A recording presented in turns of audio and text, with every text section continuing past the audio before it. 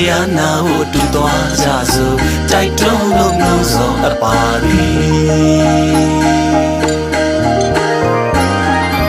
လောက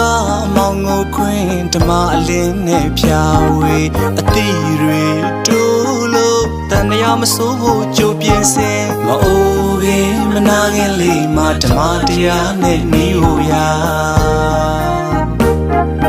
ငါမလို့ခန္ဓာဝန်တို့ဝန်မိုးကြီးကိုပိုက်မိုက်ခဲ့သမျှအမောင်တကားလင်းလဲလို့အေးချမ်းကြစေလို့လောကအမောင်ငိုခွင်းဓမ္မအလင်းနဲ့ဖြာဝေ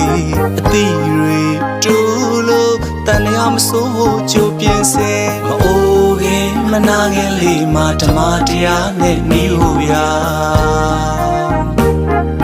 ငါမတော့ခန္ဓာဝန်တို့ဝန်မိုးကြီးကို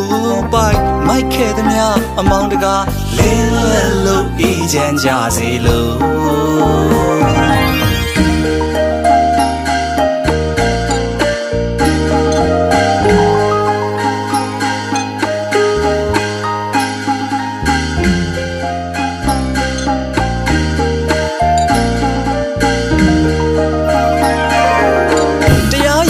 အမြိုင်စေးတိုက်ကျွေးမဲ့သမသပင်ပွဲတော်တိုက်ကျွေးမဲ့သမသပင်ပွဲတော်ဒီတန်ရာဝစင်းရဲ့မှာကင်းလို့စီဖို့ရာ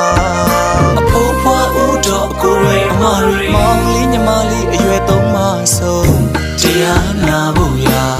တရားဝဲကိုကြွခဲ့ကြပါဗျာတရားဝဲကိုသွားကြမည်နှုတ်ဆော်အပ်ပါသည်တရားဝဲကိုသွားစို့နော်အတိပေးနှုတ်ဆော်တရားနာဖို့အတူသွားကြစို့တိုက်တွန်းလို့နှုတ်ဆော်အပ်ပါသည်တရားဝဲကိုသွားကြမည်နှုတ်ဆော်အပ်ပါသည်